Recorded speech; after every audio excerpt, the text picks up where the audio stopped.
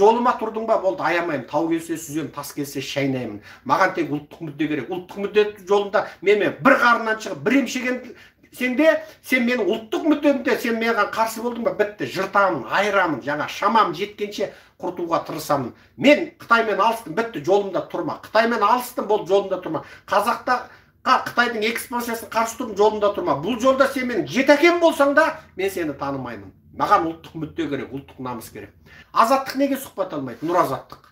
Нұр Азаттық неге сұхбат алмайды? Себебі азаттық, Нұр Азаттық. Ол Американың конгресі қаржыландырады, бірақ олар кімді нетеді? Олар 30 жыл бойы дос көшімнен сұхбат алады, Аппаз сияғып суреттейді.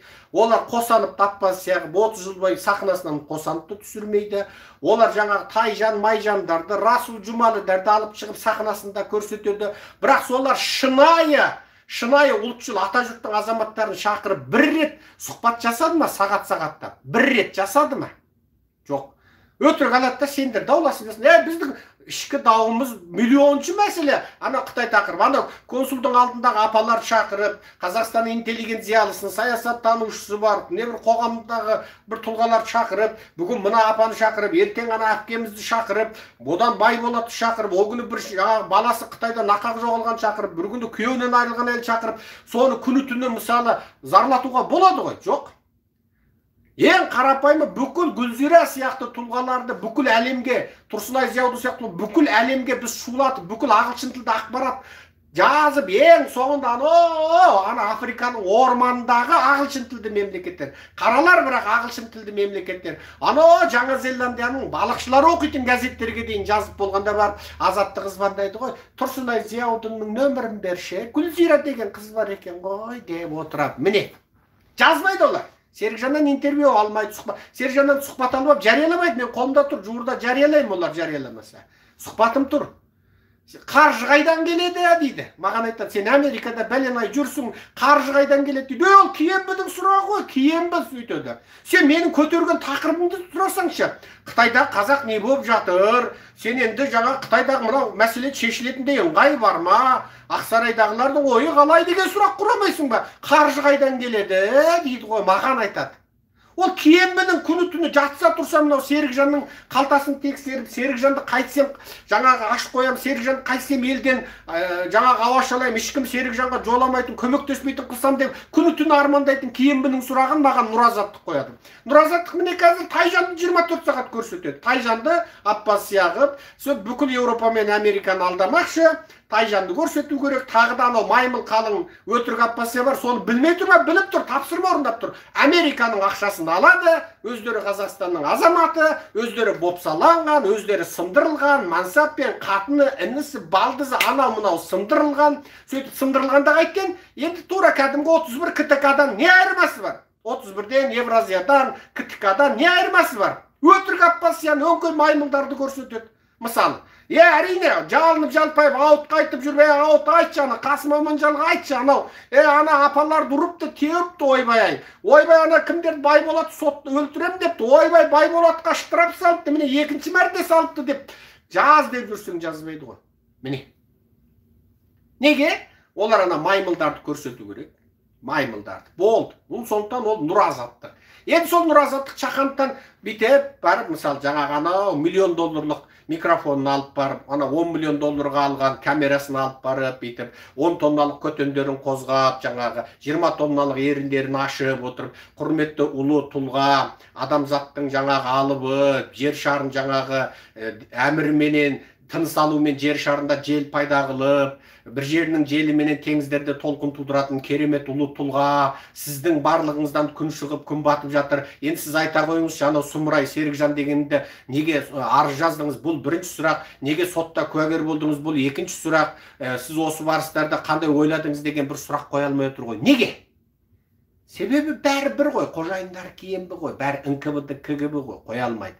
Бір қазақстандық журналист барып, шақанды, олар сылтауына ойбай шақанып алжыпты, білмейді, оның айналасында бір сары қатыны бар, көк қатыны бар, анау Құдияр Біләлі бар, марқұм Қуандық Шамахай айтушы еді, жаңағы Шахановтан басқа ақын жоқ, Құдияр Біләл оның елшісі деп айтатын. Шахановтан басқа ақын жоқ, Құдияр Біләл оның елшісі дейтін. Құдияр дейтін анау зікіршіма бір бәле, сопыма, ұшады екен ол кісі, Ер Астананы банкротқа өзі ұшады екен, бүйтіп отырып Түркістанда пайда болады екен.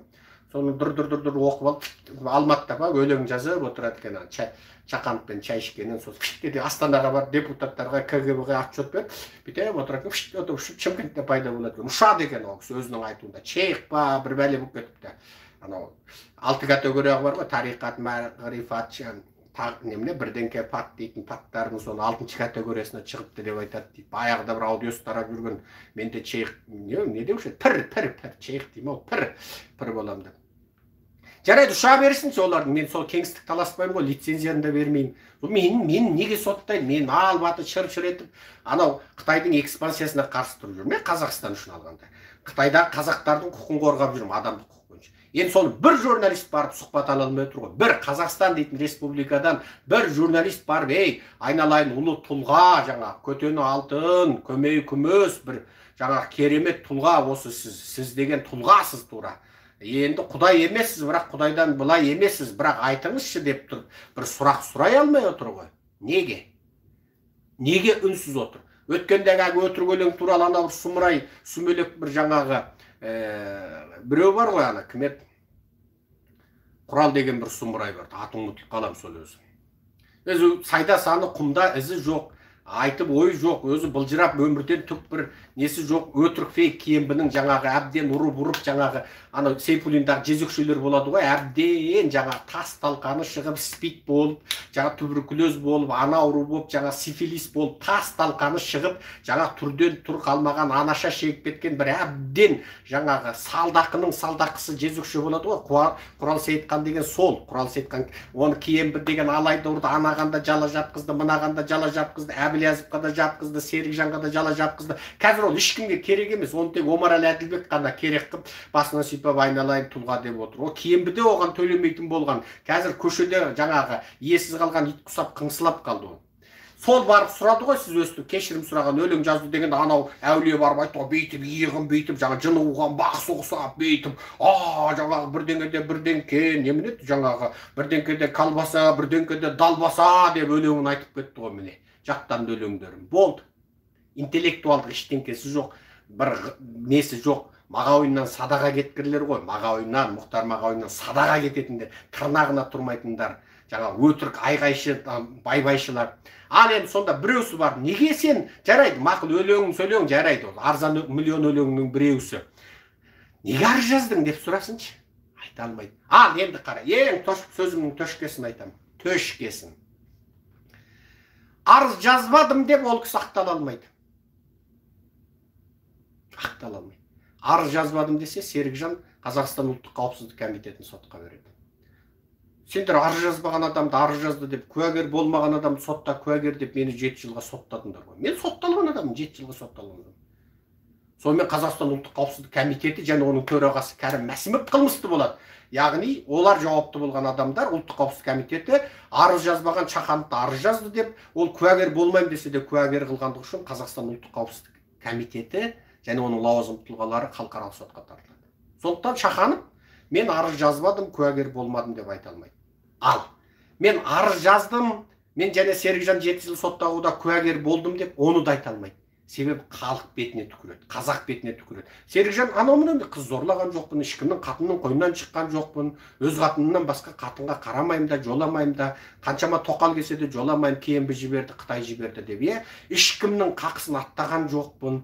Мен тек семсер қылыш құсап, тура жолыма тұрдың ба, болды, аямаймын, тау келсе сүзем, тас келсе шайнаймын. Маған тек ұлттық мүдде керек. Ұлттық мүдде жолында мен бір қарыннан шығып, бір емшеген сен менің ұлттық мүддемде, сен маған қарсы болдың ба, бітті, жыртамын, айырамын, жаңа шамам жеткенше құртуға тырысамын. Мен Қытаймен алыстым, бітті, жолымда тұрма. Қытаймен алыстым, болды, жолымда тұрма. Қазақта Қытайдың экспансиясын қарсы тұрдым, жолымда тұрма. Бұл жолда сен менің жетәкем болсаң да, мен сені танымаймын. Маған ұлттық мүдде керек, ұлттық намыс керек. Ал енді сонымен Чақанов не арыз жаздым деп айта алмайды, қазақ бетіне түкіреді. Не арыз жазбадым деп айта алмайды, себебі арыз жазбадым десе мен халықаралық сотқа Қазақстан ұлттық қауіпсіздік комитетін сотқа бере салам. Шетелдегі Қазақстанның елшіліктерін сотқа бере салам. Қазақстан үкіметі ресми түрде жауап берсін деп талап қылам. Содан Қазақстанның үкіметі қайтеді, Шахановтың арыз жазғаны үшін, қолы үшін, міне видеосы, міне қол жазбасы деп олар өздерін ақтау үшін Шахановты сатады. Сонымен бейшара шақанып қайтып отыр. Жаздым деп те айта алмай, жазбадым деп те айта алмай, өтірік алжыған болып отыр баяғы. Өтіріктен алжып, баяғы журналистер келсе ойпыл-тойпыл сөйлеп. Оған ана Нұр тілшілер, Нұр Азаттықтың Нұр тілшілері немесе тағы басқа да қалың Нұр тілшілер қайтеді. Олар айтады, барма жазбайсың дейді. Неге? Бұл өте кілтең тақырып, өте қиын. Былай тартса өгіз өледі, былай тартса арба сынады. Алай істесе де болмайды, былай істесе де болмайды.